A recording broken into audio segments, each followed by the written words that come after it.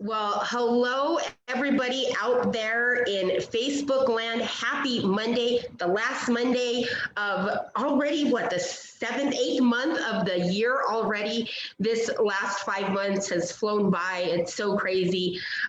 So we're going to tackle some of the things that have been happening during this time. But first, I want to say to you, welcome to our regular weekly webinar series with the Albuquerque Hispano Chamber and, of course, our partners at New Mexico Tech. Thank you so much for everything that you guys do, including being our technology behind all of this that is happening. We can't do it without incredible partners in the community. And we've been so lucky to share in that with New Mexico Tech over the last 5 months. I also want to say thank you to our staff at the Hispano Chamber. Everybody's working so hard and so diligently, including Miss Angelique, who's behind the scenes working to make sure that you guys are updated with everything that is happening out there in the world of business during this time, and how can we support, and what can we do to support during this time. So again, thank you to everybody. So guys, as part of this month's series in partnership with the City of Albuquerque, we're working really hard to talk about the different industries that have been affected and where we're at today. You know, I know that last month and the month before, and we all seem to be in these different stages of reopening, and some of us not even yet open. So today we're going to talk to members of the hospitality industry, hospitality and tourism. And for those of you that don't know out there that are listening, you know, that's our third largest industry in the state. And so it is hugely affected right now with COVID and in this pandemic. And so hearing from these business owners, basically right from the horse's mouth, if you will, we're hoping that you guys will get a little bit of an insight as to what's happening and how you can support and how we as a community can come together and help. And so during this next hour, we're going to talk a little bit about some of the initiatives that we're doing at the Chamber to support some of this industry to the best of our abilities through our convention and tourism department. And so again, a shout out to our team, B and Cecilia and John, who work tirelessly in that department to help as much as we can and provide resources during this time. So with that being said, I'd like to introduce everybody. Actually, they're going to introduce themselves. And so I'm just going to start over to my right, how it is on the screen. So I'd like to start with Erin. Can you please tell us who you are and who you're with? Hi, I'm Erin Chisholm with Chisholm Trail RV. We have 2 locations, one in Albuquerque and one in Aztec, New Mexico. Thank you. We're excited to hear from you. Imesh. Hi, glad to be here. Thank you for having me. Imesh Vaidya of Premier Hospitality. We own hotels in New Mexico and Colorado, mostly the limited service properties. And again, thanks for having me. Thanks, Imesh. Rich. Hi, my name is Rich Baca. I am co-owner of Bourbon and Boots Bar downtown Albuquerque, located at 4th and Central. Thank you for including me today. I'm excited about this. Yeah, we're excited to hear from you. And Ben, can you please introduce yourself? Yeah, I'm Ben Abruzzo, Vice President of Tramway Operations for Sandy Peak Tram and Sandy Peak Ski Area. Welcome. And I'm going to close up our introductions with Mikkel because we're going to roll a little bit into some of the guidelines that are affecting some of the hospitality industry right now. So if you could share with us who you are, what you do, and then also let's just kind of roll right into this hour. Hi, good afternoon, everybody. My name is Mikkel Coleman, and I'm the Director of Research Compliance for New Mexico Tech down here in Socorro.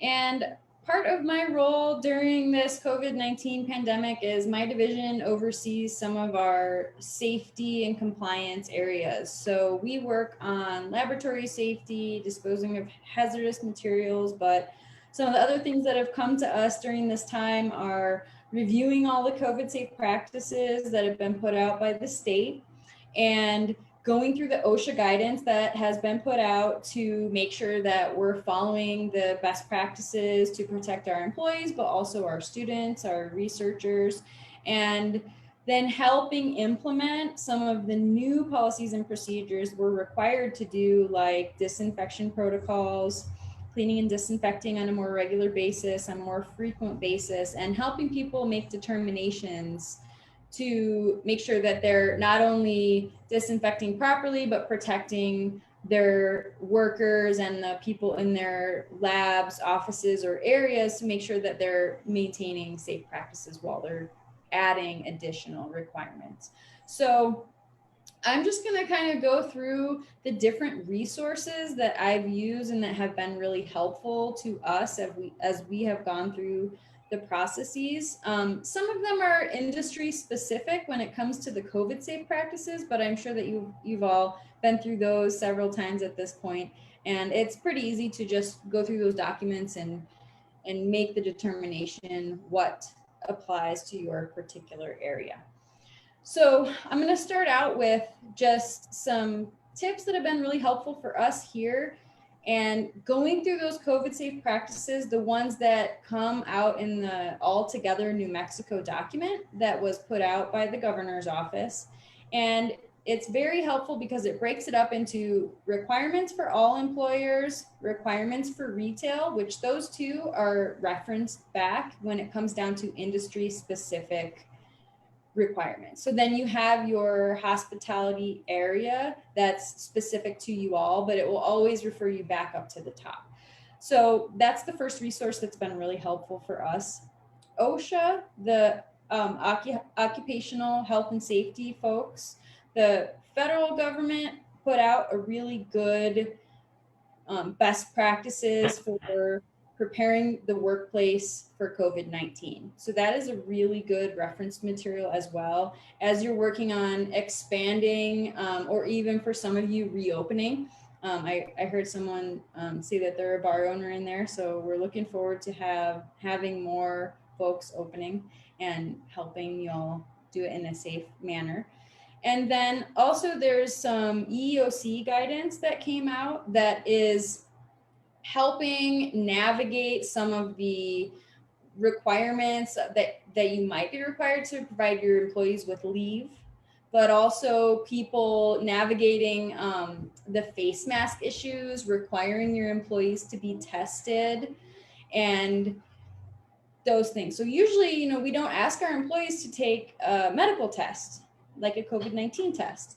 Well, for New Mexico Tech, a lot of our employees are required to do so now because they're interacting directly with students. And so there are specific exceptions that we're allowed to fall under and ask our employees to do these tests. But we do have to make sure that we maintain confidentiality for their information and make sure that we're handling it all properly.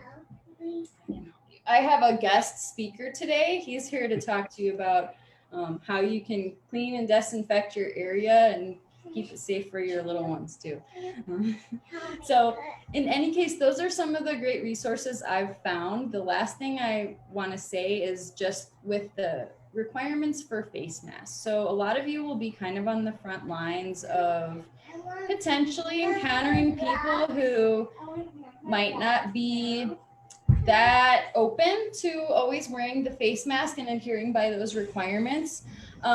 The recommendations that I found to be the most helpful are to really just communicate well about what your requirements are and make sure it's out there, make sure there's clear signage, but be also very clear with your employees about what their responsibilities are. I've heard some really good recommendations from human resources experts in this area that say, if you're going to have a person out there telling people to wear their face masks out in front of your establishment or right when they come in, have it be somebody with some authority, somebody who's a manager and not necessarily more of your lower wage workers or day-to-day workers, because people might listen better, but also you'll have a little bit more of an awareness of what should be done next, should people decide that they don't want to abide by those rules. So in closing, I just really want to thank you all for what you're doing out there. Thank you all for having me today. And I hope that some of the tips and resources I was able to offer up for you today were helpful. And hope you liked your guest. I was going to say, that is the cutest little redhead. I have to mistake after his mama. So, you're so right. There is so many guidelines that employers have to follow. It could be a bit overwhelming at times. And so we understand what all these business owners are going through. And with that being said, want to kind of just start with the general conversation of what you guys have been, what you've been facing the last few months. And I think the first question is very specific. What has been the hardest time, the hardest thing you've had to overcome in this past 5 months. And, we've been doing these industry webinars for, the whole month of August, and we've talked with all the different industries that are out there, spas and salons and restaurants and, et cetera. And we've heard some really unique things that I guess we had never really considered as the public listening in. So I'd love to hear, Erin, we'll start with you. What has been some of your biggest challenges during this time, and what are you doing to kind of overcome those challenges? Well, and my industry is thriving right now, and I'm lucky. I'm very fortunate that we are a thriving industry. RV sales are through the roof. We're selling out of inventory before we can even get it in. But some of the challenges that we've really noticed is making sure that customers understand that they have to stay safe when they come into our building, and not only that, when we're servicing their units. So our service department requires that we have the unit for at least 48 hours before we go into the unit so that we can service it. And we've had a lot of objections with that, but we just have to make sure all of our employees are safe. We do the thermometer testing. We make sure everybody's not coming in with a fever. Masks are required. When somebody leaves an office, we spray it down with bleach and make sure everything's disinfected. But really just making sure customers understand that it's not any other reason other than the fact that we have to make sure I keep my employees safe. So we do require that 48-hour window before we work on anything. I know you guys have been busy, because I know several people that have either visited you and or taken out their fifth wheels or their camper shells, it's an interesting time. That part has changed. But with that being said, some of the tourism into the state that usually generates the bigger bulk of what we do during this tourism season has been greatly affected with you can't come into the state, and if you do, you have to quarantine, all the different, again, rules and guidelines. And I know that there's a couple of people on this panel that are really affected by that. So I want to move over to Imesh, who is, embedded in the hotel industry here in Albuquerque. So Imesh, tell us about some of the things that you've had to face, and what are you doing right now to kind of start to overcome some of that? Our biggest challenges have been the regulations that keep constantly changing, staying on top of those regulations, obtaining PPE for our team. And then the last obstacle that we're facing is, even when we do want to bring people back and hopefully get a decent amount of occupancy at our properties, we're having a hard time getting our employees to come back because they're making more at home. Well, two of those three are whole hours within themselves, Imesh. I mean, we have a lot of things happening right now. And so let's just kind of I want to hear from the other people on the panelists, but I want to come back to those 2 points because there's two of the three that are super important. I think we need to talk about that as a hospitality group. So Ben, I'd like to move over to you. And I know you guys are recently open, so share with us a little bit about some of your biggest struggles during this time. Yeah, we opened on July 2nd, and the main struggle early was just being closed, loss of business for that 2.5 months, and trying to take care of our employees and kind of looking towards the future. Since we've been open, things have been going fairly well. We've limited our capacity to 1/3 of normal, and we instituted some online ticketing, which prevents people from coming because it's just sold out if we're sold out. So overall, we've had pretty good compliance with mask wearing. I mean, we've had 100% compliance with mask wearing. We've had good, feedback from the people showing up. We haven't had a lot of folks that were unwilling to wear a mask. Most of our employees who were eager to work have come back. I'd say our biggest struggle is actually tied more to the restaurant. 10-3 at the top. We opened that for 8 days at the 50% before the clampdown back on restaurants. And so we had waited specifically to hoping that wasn't going to happen, and then to bring everyone back and then have to go to kind of curb, we call it cliffside takeout, which dramatically shrunk our staff. That was a pretty tough blow. On the tram side, things are, we're behind in business, but we're feeling good about being open. So now, Rich, you're not open. And I'm going to ask you this question. And I think I have an idea how you're going to answer it. But again, something that's super important that we need to talk about, especially with downtown businesses being affected, not just by COVID. So tell us what has been, some of your biggest struggles. What are your biggest struggles, and where are you at now? Like you said, we haven't been open. So, I mean, the whole thing's been a struggle. Obviously, out of the gates, we didn't know how long this was going to last. We were hoping, for the best, a month, but we didn't anticipate having to lose our whole staff. And, we do live music. Our bands were out of jobs. They're not like able to perform or do anything. We got vandalized once by some guys that weren't part of the peaceful protest, but they busted out some of our windows early on. So, the bills don't stop coming. So that's the biggest struggle is we had to, we took advantage of some of the government opportunities out there, and that's kept us afloat. And I keep in touch with Carrie Phillips. No, she's a good friend of mine, and she's on the governor's board, and we're pretty much in the same boat. They have us in like the nightclub category because that's our bread and butter. Thursday, Friday, Saturday nights, we do live music, dancing. We're a straight bar. We don't serve food, so that eliminates us from opening with the rest of the bars that have been able to open who serve food and stuff. So, it's just been a struggle. We're going to be able to survive it, thankfully, but it's sounding like we won't be able to open until possibly the vaccine, especially the way our business model is. Because when we do open with these restrictions, it's almost going to be impossible to break even because you have to keep people in the bar sitting there. You have to, tell them, don't get up, don't go to the bar. You have to pay super close attention to how much they're drinking because nobody wants to deal with people who are intoxicated and trying to keep them following all the guidelines. A couple of my buddies own bars.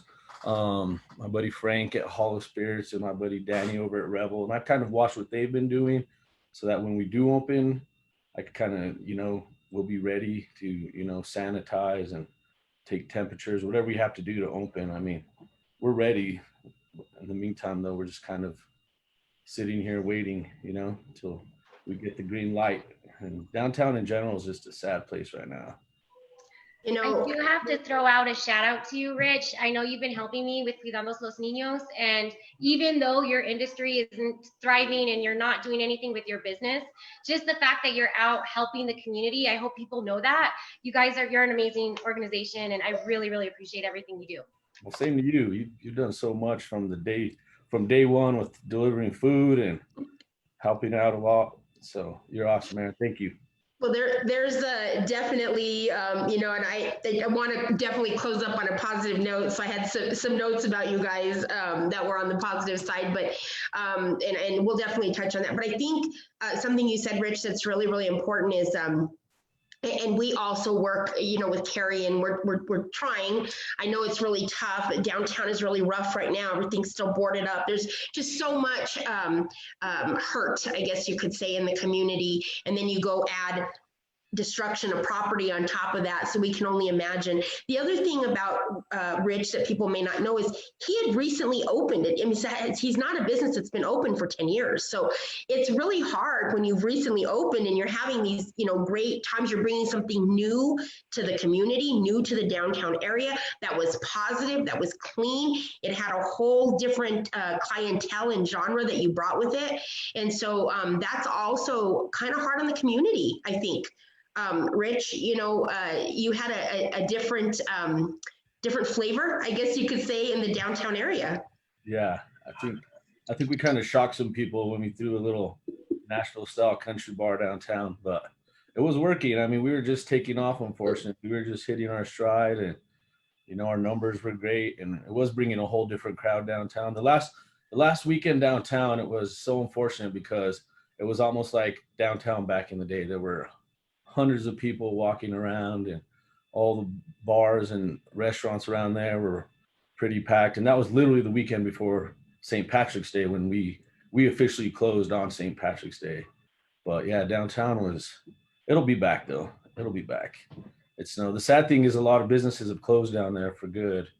And I don't know if they're going to come back, but it's going to be a whole different downtown. Did I lose you?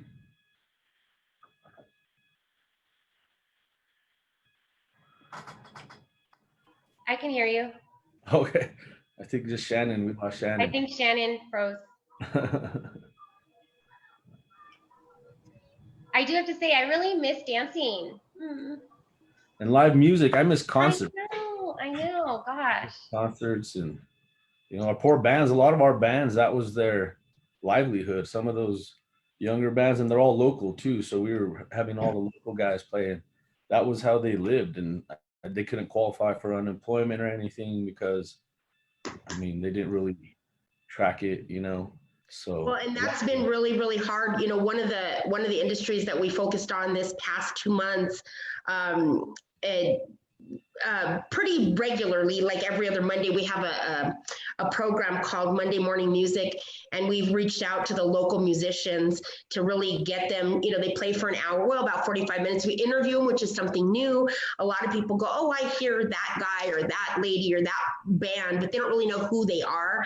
And what we did was we paired them up, put them inside hotels to perform in the lobbies to draw attention to the hoteliers. And then, you know, we've been drawing really, really large crowds on those. And so that's been a little something because, again, it's inside the hospitality industry where you have musicians and bands that are, you know, being bars, breweries, distilleries on weekends, and they're, you know, earning a living. They're playing at weddings, they're playing at events, and no, there's no weddings, there's no events. And so that's something else that's been highly affected. And so I think that, you know, we're doing our best there as well, and hopefully going to bring back some live music soon. I know that the community wants that. We need that. We need a little bit of energy back. I want to circle back around to Imesh, and I just want to kind of tackle some of these questions and how you guys also feel about it. One of the things that he brought up was the constant changing in the guidelines. Now, I know Ben has stepped out for just a second, but I'm positive that Ben is experiencing this along with Imesh. So let's talk about that a little bit. The guidelines tend to change a little bit, and it's kind of the responsibility of the owner of the business or the organization to stay on top of that. So what are some of the things that you guys are doing to track that stuff? It's kind of daily sometimes, depending on what's happening that month. So in the hotel industry, we're having to face not only our local state regulations, but as well as the franchise mandates that they're implementing. So in essence, we spend a lot of time reading emails and a lot of time on Zoom calls being updated on what the latest practices are and what the latest standards require us to do. It is a lot of time that's sometimes frustrating.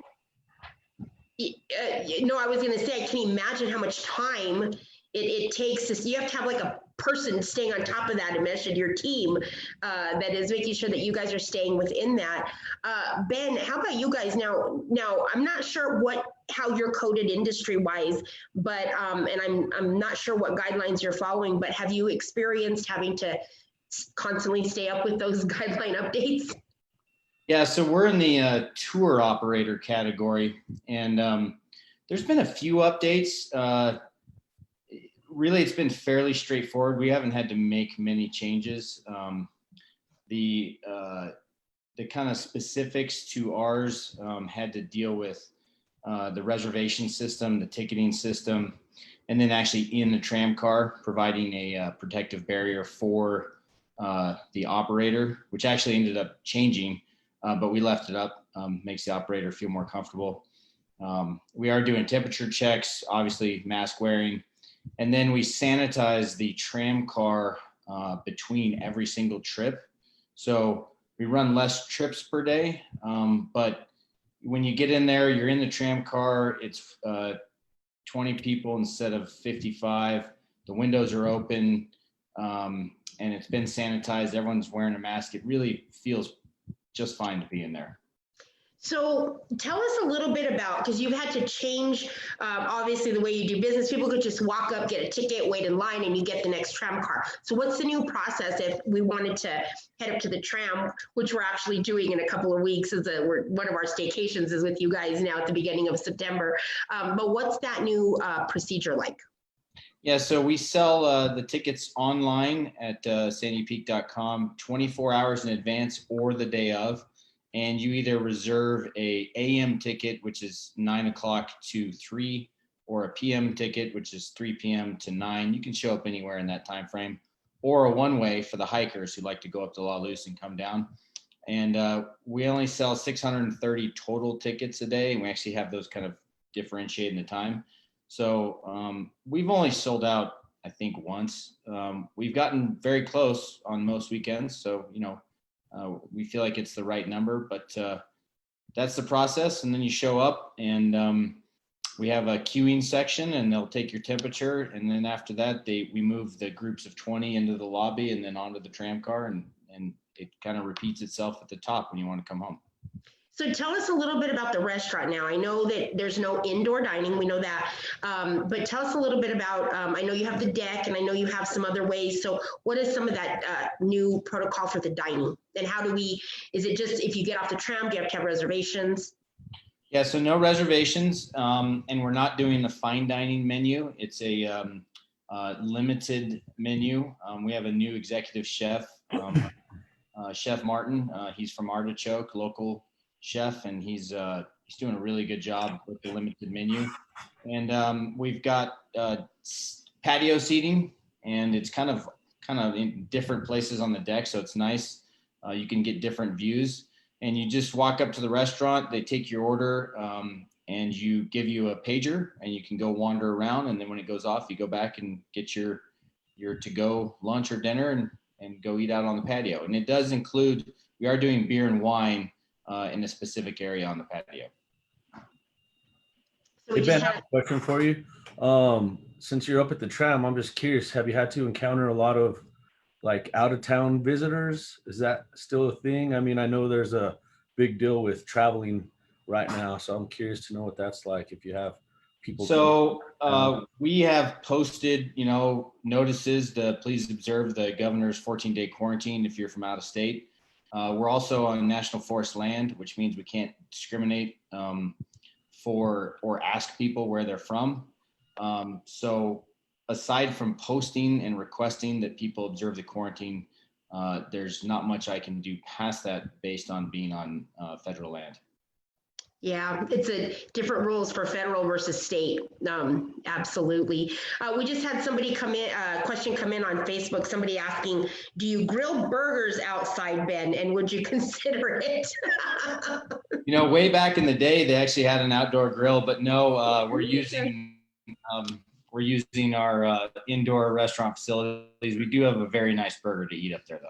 You do. As a matter of fact, I was so lucky to be one of the ones at your grand opening, and it was truly amazing. And I would say for anybody that is looking for something to do during this time, and you just want to try something you haven't done before, get up to 10-3. It is spectacular. The view is spectacular. They have this great deck.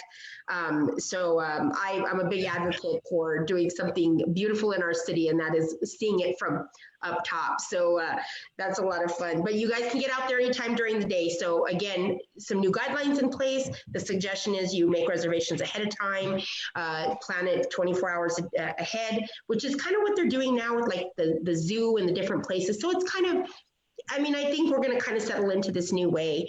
I also want to jump back to something else that Imesh brought up, because you did bring up some really good points. One of them is that it has been hard to bring employees back because of that extra stimulus money that is added to their unemployment if they're furloughed or what have you. I think that that's been a topic this whole month as people are trying to reopen. And so I just want to kind of go around and talk about that a little. Imesh, we'll start with you. I mean, you probably have the largest employee base of anybody on the screen today. And so how are you dealing with that? We've obviously had to give them hazard pay. We've had to give them hours, even though we don't have the work for them, but we've had to maintain their paycheck balance. So we've tried to maintain them at between 25 to 30 hours so that they can take care of themselves as well as their families. But what we're trying to show our employees is this is going to be the norm for the near future. You cannot rely on federal government or state government to constantly keep giving you bailout money. You're going to have to come back at some point in time. Might as well come back now and go ahead and get the benefits, whether it's health insurance, dental, vision, whether it's the vacations, whether it's the hazard pay. We're doing everything we can to keep you safe. We want to keep our guests safe. We want you to be comfortable so that our guests are comfortable. We need the restaurants, we need the tram, we need everyone to function as a unit so that we can have these mini staycations nearby and we can have as many people possible under the safety guidelines. So, Imesh, before we move on to ask the same question of everybody else on the panel, can you name some of your hotels? I mean, we want to encourage people to create their own staycations. You know, we have a great program. I'll talk about it at the end, but we say, hey, if you're not ready to be in a crowd and you want to do your own thing with your family, here, get out and get yourself Hervey, get out and visit the tram, get out and stay. So what are some of your, some of your hotels Sure. so that we can share that? I have the two Hamptons in Las Cruces. I have the Holiday Inn Express in Clovis, the Holiday Inn Express in Hobbs, the Holiday Inn Express here in Albuquerque on I-40 and Eubank. I also have a Spring Hill Suites in Durango, and I have a Holiday Inn Express in Denver. And thank you so much for mentioning the family portion of it. In Denver and Durango, the pool is actually open, and we limit the number of people. We limit you to a family unit that can use it. And that's been a very, very enticing component for families to come and stay and just go swim for an hour. And the fact that you're the only people in there, you do have to make a reservation to use the pool. But the fact that you're the only person in there has been a blessing for a lot of our families. So I think that's really interesting because, you know, I didn't know that. And again, you know, necessity is the mother of all invention. And so creating a reservation system for the use of a pool is kind of interesting. But again, something creative that probably would not have been done prior to this time. So I think that's interesting. So if you guys are in Albuquerque and you're looking to get away, or you want to take a quick trip down to Clovis or Hobbs or Las Cruces, you can visit Holiday Inn Express or the Hampton Inns in Las Cruces, and you will be supporting Premier Hospitality and Imesh and most importantly, his staff and his team. Because again, it's hard right now with employees. And there's a lot of struggles that business owners are facing. And one of them is making sure that they come back to work. And so with that being said, Ben, have you experienced any of that at all with employees that are saying, oh, I'm okay right now, thank you, I'm making my weekly check and I'm not ready to come back? Yeah, when we first reopened, we had a few folks who chose not to come back. But overall, it's been, we found that a lot of our people wanted to come back to work, and they were ready, I think, to get out of the house and do something. Same thing at 10-3. Our hardest part about 10-3 is when we got turned back to takeout only, to, you know, tell some of these folks who just come back to work that we didn't have any work for them. So so far so good, and we'll see going into ski season, hoping that we have the same turnout. Yeah, you're not a typical drive up. You're not a typical, let me run down the street and get a burger at 10-3. So I can imagine how that completely took away that part of the business. And your business is really who's riding the tram or the occasional hiker, like you said. So yeah, that's a tough one. So Erin, you have quite a few employees. Have you experienced that at all with people not wanting to come back? No, not really. Actually, most of my staff really wanted to stay even when I wasn't paying them. When they did have to go on to unemployment, I was doing the care packages and taking care packages across the state, and they all volunteered just to help get those packages delivered. And I mean, it was just pretty incredible when we were able to completely reopen. I had one person that wanted to go on a vacation to Alaska who just came back today. But other than that, everybody has really been there and they haven't wanted to leave. So I've been very fortunate with that. Wow. So you also did not close. You were able to stay open even in smaller smaller amounts. When you had to limit.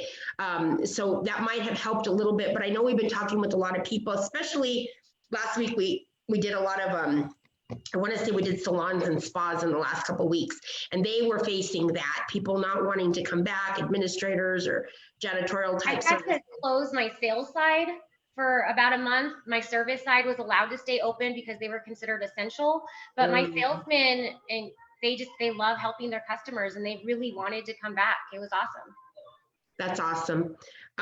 Yeah, so it is a problem. It is a problem. I know that the money's been cut back a little bit, but it still might be more than they would say make on a weekly basis. And so these are the things that employers are having to deal with right now. Unfortunately, I wish that there was something that we could do about it, but again, it's out of our hands. And just one more thing that employers are trying to work through in a way that can be tough. So I hope that changes really, really soon. We need our workforce working. We don't want these unemployment rates to go up anymore. We need people back to work. So with that being said, something else that Imesh brought up was the struggle for PPE supplies. So I have a couple of comments, but I want to just start with you guys. And I'll start with Erin, because I know, Erin, you're really, really good about this and everything that you do and you post, and you were all over the state during this time, delivering everywhere, Navajo Nations and down south and up north and everywhere you've been. And so how have you been with being able to supply the PPE supplies for your staff and your mechanics? At first, it was very difficult to get the hand sanitizer and the things that we really needed. We resorted to just bleach because that's the only thing we could get our hands on. Masks, we were making them. I actually had a staff member up in my Aztec location making masks so that she could disperse it to all of the employees. So we were very fortunate there. Now we're actually providing masks like throughout the state, working with Brian Colon and helping with Robbie Sanchez, just getting masks to as many people as we can. But we even provide masks to all of our customers. So when a customer comes in, we make sure we have a hand sanitizer. We make sure we give them a mask if they come in, if they try coming in without one. We just want to make sure that we keep everybody safe as much as possible. Sure. So Imesh, I know that you have had, you have a large conglomerate that you have to take care of. So your need for PPE supplies is very different than the regular business owner. So how are you guys taking care of that? We're having to piecemeal rather than just have a single source item. So the masks we're having to get from one supplier. We're having to get our chemicals from multiple suppliers. The most difficult item that we're having to find is the disinfectant wipes. We are required to put one in every room, and unfortunately, they're just not available. So that has been a source of frustration. And then to add another point of contention, a lot of the franchises are going brand specific. So Hilton has tied up with Lysol to use Lysol only products, and there's just not any availability of Lysol products at the moment. So we'll go ahead and put in what's available. Unfortunately, now the guest feels that we're cheating them because there's not Lysol in the room, because that's what the advertising was mentioning. So it's not that we're trying to circumvent the system. It's just that we're implementing whatever sources are available to us. Wow, that's interesting. So many businesses right now are suffering, I guess you could say, from their supply chains. And again, not things that the general public would think about. Who would think that it's so hard to get, wheat or meat or hand sanitizer for a business? And it's incredible. We did July was a whole month on trade and supply chains. And boy, we learned a whole lot about some of the items that have become hard to find and hard to get during this time. So it's kind of crazy. Ben, what about you guys? How are you guys handling the supply of PPE? Yeah, same thing early on. It was a little challenging and it's gotten better. To Mesh's point, it's been a conglomeration. We've traditionally had our one or two vendors, and we've been reaching out to various local vendors, some national. We've been kind of leveraging Ski Santa Fe and Sandy Peak Ski Area and the tram and the restaurant because we all tend to have different contacts. And at this point, we feel pretty good about where we're at. We're not struggling, but it took a while to get there. So what I want to tell you guys is that we had a meeting a week or two ago, I'm probably a couple weeks ago, I can't remember anymore. Days seem to run together, but yet seem to last so long. Don't you think it's like the weirdest thing these days? But we did have a great conversation with Gala and Adrian Montoya, and we did send out, and I'm going to make sure that you all get it as well. But we have created a really great partnership. So to give you guys a little bit of background, we're working with the city. The city was able to have a little bit of funds to get to us to purchase certain supplies. And in that process of purchasing those supplies, we created really great partnerships here, local companies. And so what we did was we put that list together as kind of a preferred vendor list because these guys actually, I think sometimes we just don't know they exist. And the first group of PPE that we did, which was back, I believe, in May, and we did a big PPE drive at the chamber. You came through in cars and you picked up your stuff. We really created this really great partnership with people that had donated, one company donated like $80,000 in supplies. And we're like, how in the heck do you have that? And before you know it, we realized they're a huge distributor right here in Albuquerque. So I want to make sure that you guys get that list. I'll connect you directly. That way you can purchase everything in one fell swoop. He has everything. And then there's other options in there too as well if you need to negotiate prices or what have you. But we plan to have them on again sometime coming up soon to kind of talk about all of their products. And I do know they have wipes, and then they have all kinds of sanitizers, and of course masks and gloves and all the different things that we need. But they do have that. So I want to make sure that you guys get that, because I think that'll help not having to go all over or go to Walmart or go to Target when you could just have it delivered and go from there and get a bulk price. So we'll get you that list as well, everybody on the panel. So I want to say before we start to close up, another question I'd like to ask you is, so we've all learned a lot during this time. We're all trying to keep a smile on, and we're all trying to move forward and create that new normal. And everybody hates that term, but it kind of is the new normal. It's hard to get out of it. So what are some of the things that you have learned? What, if anything, what has been the positive to come out of this? Erin, I'll start with you. I really have noticed that all of our customers have been very compliant. They understand. They want to stay safe just like we want to stay safe. So the community is really working together, and I really appreciate that. I think just the fact that so many people are willing to help others and really do the social distancing that they should be doing. So this community, I think New Mexico in general, has done a great job in helping prevent this spread. I mean, it's still out there and it's still abundant until we get a vaccine, but at least I do know that New Mexico and Albuquerque in particular, we have a lot of people out there trying to help others in need. True. I agree with you. And it's been pretty incredible to see everybody come together. So that has been a positive. Imesh, what is something that has been, I guess you could say, a positive that has come out of this, something you've learned that you'll use going forward? The positive is that we have people on our team, and it doesn't matter if it's hotels or restaurants or even the tram, anywhere you go, we are people. We want people to come in and see us, and we thrive on service.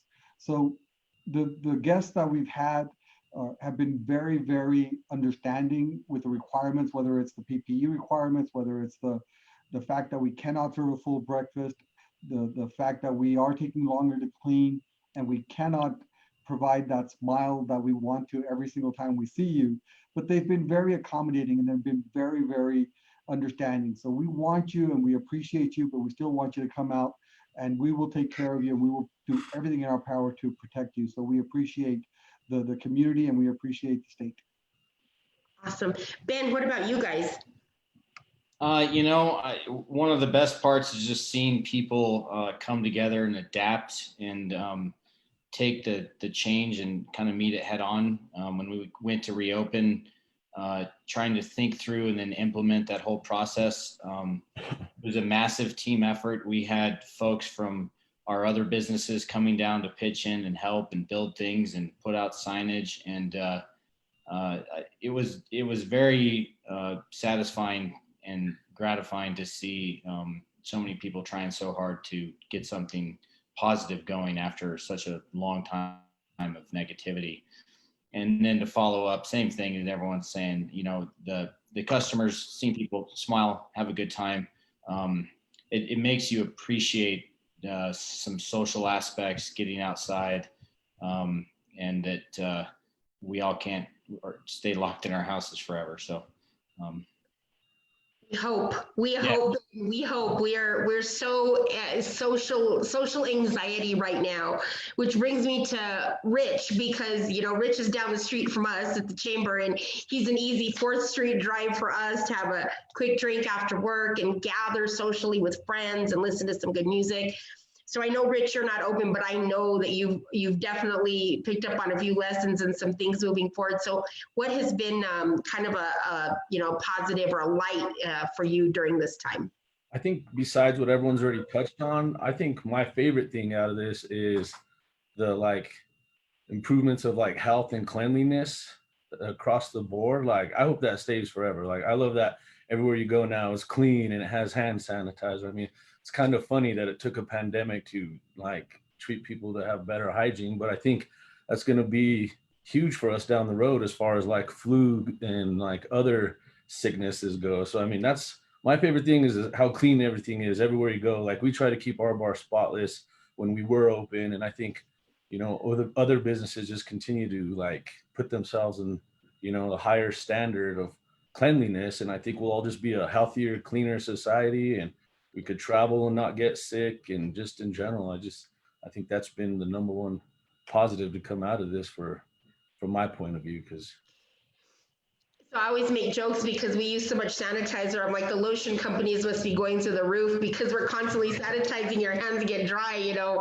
So it's like, you know, it's just a funny kind of a funny supply chain story. We talked about, you know, oh, well, if this is doing good, then this must be doing good kind of thing. So I think it's funny.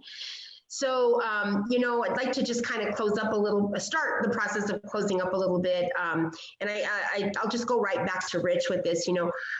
Rich, I know it's hard because you're not necessarily open, but what do you see for the future with you and with Bourbon and Boots, and what can you tell the community about what's upcoming? yeah, well, I mean, this can't last forever, right? So we'll be back. It's not if, it's when we're going to be able to survive the storm. But I mean, I'm hoping, you know, in my head, I'm hoping like there's a day where there's just a giant like block party downtown, and all the bars are open and the restaurants are thriving. And, you know, let me touch on that real quick too, because I'm a downtown guy. I live west downtown, our business is down there, but like there's still a lot of businesses down there fighting to stay open. And I just hope people, you know, if they're going for lunch or something, they remember that, hey, there's still a downtown Albuquerque, and we got to go down there and, you know, try out one of these. There's some great new restaurants opening too, or like really good food and whatnot. So I just want to make sure people remember downtown when they're out and about. It's not beautiful right now, but it's still there, and people are still trying to hang on. Well, we want you to continue to hang on. We need our downtown, and being that we're located so close to you, you know, we're frequenters of downtown, and you know, we visit regularly, you know, for different reasons in downtown, whether it's coffee or food or lunch or, you know, carry out, whatever it may be. So we got you, Rich. We're excited for you to reopen. I'll do a big grand opening when you reopen. I'm so excited. Can't wait. Erin, what about you? So what do you have upcoming? Tell us a little bit about what's going on in the world of travel and RV Oh my gosh. all over New Mexico right now. It's crazy. And like I said earlier, we're selling them before we can even get them into inventory. People are ordering them and they're willing to wait 2-3 months to get them in. It's crazy. One good thing that we're doing right now is we're actually doing a raffle for the fire department and the Children's Foundation. So we're trying to raise money for their benevolent fund. So I'm hoping I can raffle off a trailer and give somebody a free trailer essentially. Hopefully by September 26th is like our goal. It just depends on if we can actually have an event. So if we can have an event, we're going to raffle it on that day. So if anybody wants tickets, come and buy them. I'll be around. Erin, make sure and send us that information via email, and we'll make sure to get it up in the newsletter. And Angelique will, know what to do with all of that information. Love to do a post on social media about that too. We really appreciate you supporting first responders. We did a whole month of April and May. Actually, it was about 6 weeks of supporting first responders. At that time, it was just vital that they had that support. So we appreciate you supporting police and fire and paramedics. They're my boys.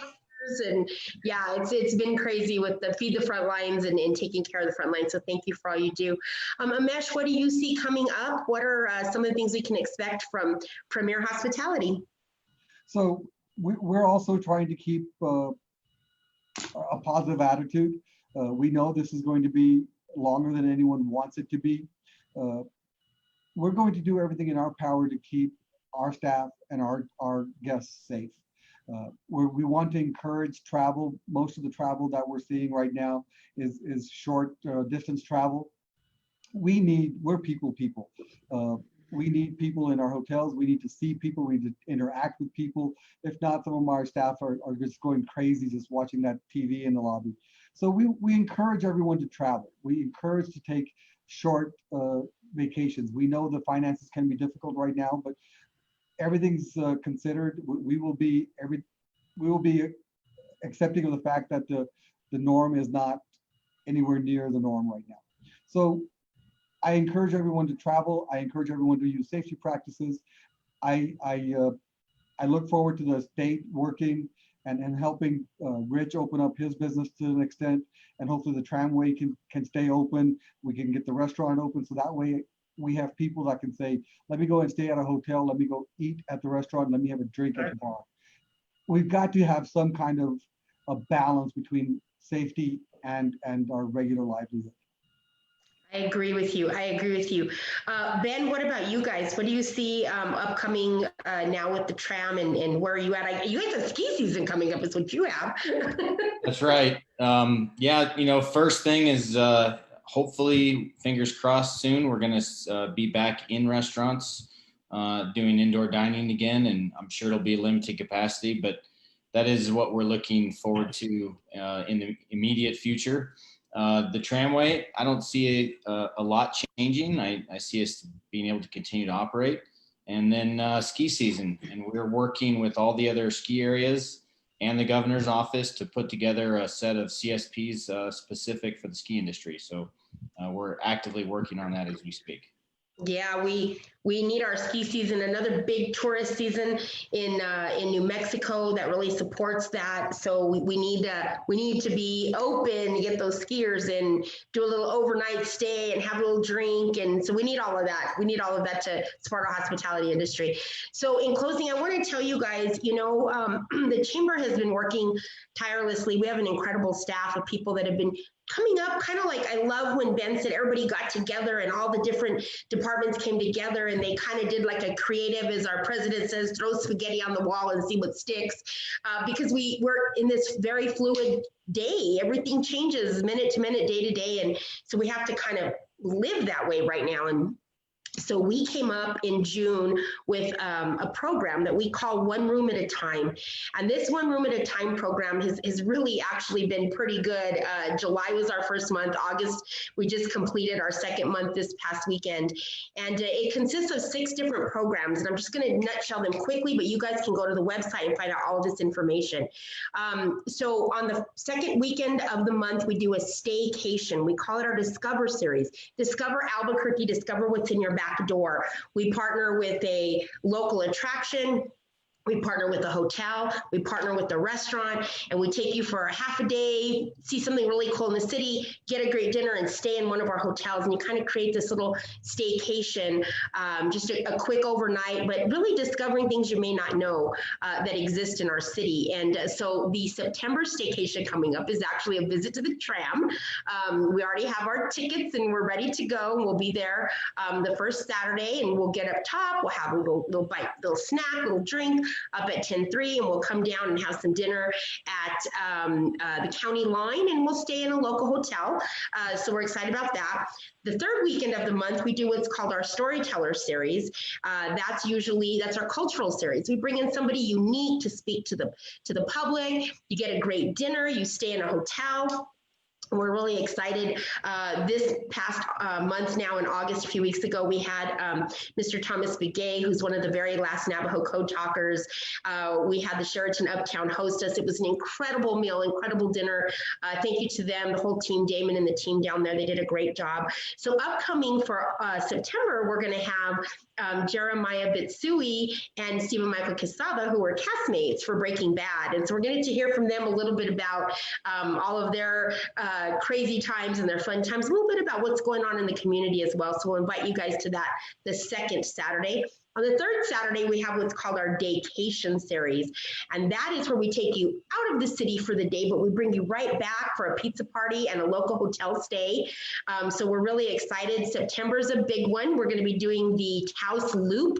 We're going to stop in Chimayo. We're going to come around, stop at the Gorge. Then we're going to have a little wine tasting at a winery, coming down through Embudo, and then back to Albuquerque for that pizza party and a stay at a local hotel. So we encourage you guys to join us. But if you don't want to do that and you're like, I still want to keep my distance and I want to figure this out on my own, then we have our virtual ABQ series. You can log on, figure out what's going on in our city. We have a great drone photographer that's out there, Mr. Daniel Sellers with Aerial Frog, who is sending us videos every 2 weeks that we get to post up and share with you guys about Albuquerque. We put some local hotels and restaurants that are next to that attraction. You guys can create your own staycation. We also do have a Hotel of the Day program where we're announcing the hotels daily.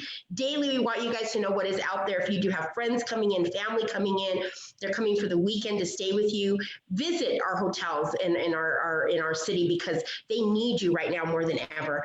And the last thing that we have as part of that series is our Monday morning music. And that's where we partner a musician with a local hotel.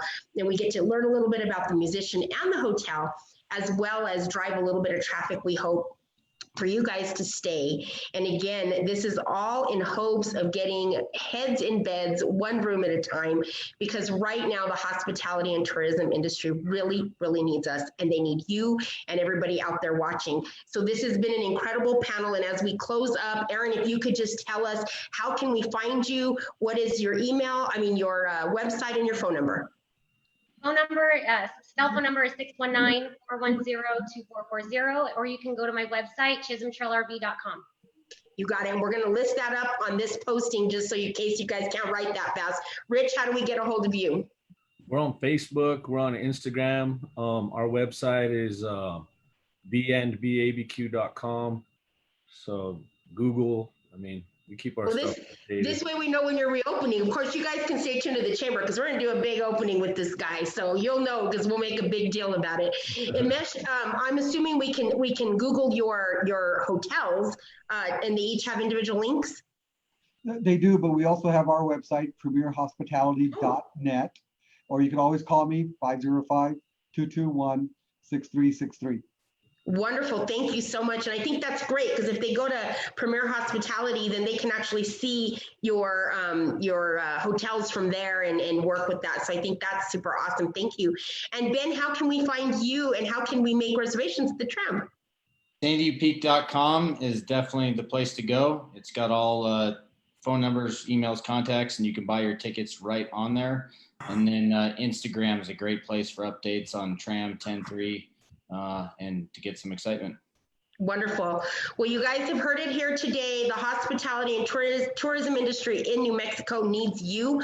We need you. And we hope that you guys can get out and support. We know the kids are back in school, but there's still weekends, there's still evenings, there's so much to do. The weather is absolutely beautiful in our state as always. And we encourage you guys to get out and support, not just these panelists, but everybody out in the hospitality and tourism industry. We appreciate you guys watching at all times. We'll see you Wednesday for another webinar with, I think we're doing health and wellness. I can't keep up anymore, but I know we're gonna be visiting with some more business owners. So thank you guys so much. Have a wonderful Monday. Thank you to the panel, and we'll see you guys on Wednesday. Have a great week, everybody. Bye.